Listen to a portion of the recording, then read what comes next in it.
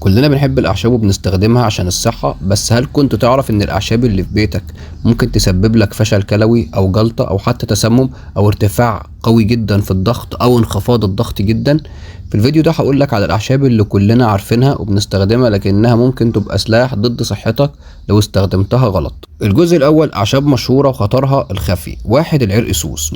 مفيد للمعدة، لكن في مادة اسمها جلايسيروميزين لو شربتها كتير أو يوميا يرفع الضغط الدم بشكل مرعب.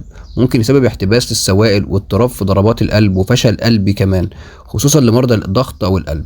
ممنوع تماما مع أدوية الضغط أو مضرات البول. رقم 2: الحبة السوداء. البعض بيقول عنها دواء لكل داء، لكن الحقيقة الجرعة مهمة جدا. الجرعات الكبيرة أو الاستخدام الطويل ممكن يسبب مشاكل في الكبد، خصوصا لو خلطتها بزيوت مجهولة أو خدتها على معدة فاضية. الحوامل والمرضعات لازم يستشيروا الطبيب قبل استخدامها. رقم 3: الجنزبيل. مفيدة للمناعة والهضم، لكن خطر جدا لو استخدمتها مع أدوية سيولة. عندك قرحة معدة أو ارتجاع، أخدتها بجرعات كبيرة ممكن يسبب نزيف أو دوخة أو انخفاض ضغط حاد.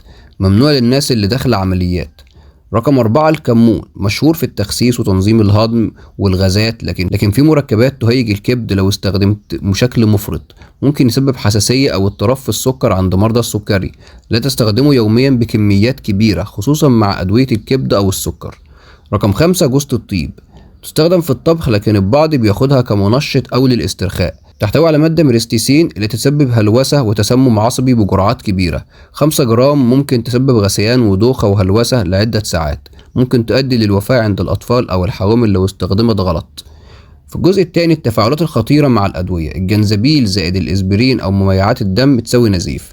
العرقسوس زائد أدوية الضغط تسوي مضاعفات قلبية. الحبة السوداء زائد أدوية الكبد تسوي إجهاد للكبد. الكمون زائد أدوية السكر انخفاض حاد في السكر. نصيحة مهمة في النهاية يا جماعة: مش كل حاجة طبيعية يعني آمنة. الأعشاب أدوية واستخدامها محتاج وعي.